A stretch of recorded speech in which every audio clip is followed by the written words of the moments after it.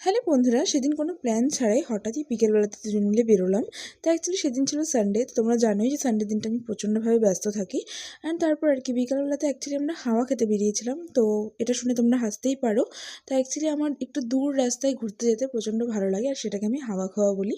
আর তারপরেই আমরা পৌঁছে গেছিলাম দ্য প্যারাডাইস ওয়ার্ল্ডে। আর সেখানে ঢুকবো কি ঢুকবো না সেটা নিয়ে প্রচণ্ড কনফিউজ ছিলাম। কারণ যেহেতু ওখানে একটা ওয়াটার পার্ক আছে, আর এরকম বিকেলবেলার টাইমে ওখানে যাওয়াটা কীরকম হবে কি না, বা আমরা কী দেখতে পাবো সেটা নিয়ে অনেকটাই আমার টেনশন ছিল।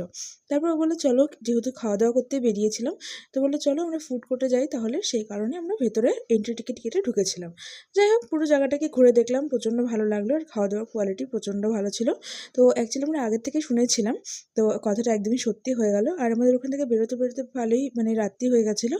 তো খুব মজা করে কাটালাম দিনটা। তোমাদের দিনটা কীভাবে কাটলো জানিও, আর এই জায়গাটা কিন্তু তোমরা অবশ্যই ভিজিট করো। And bye bye.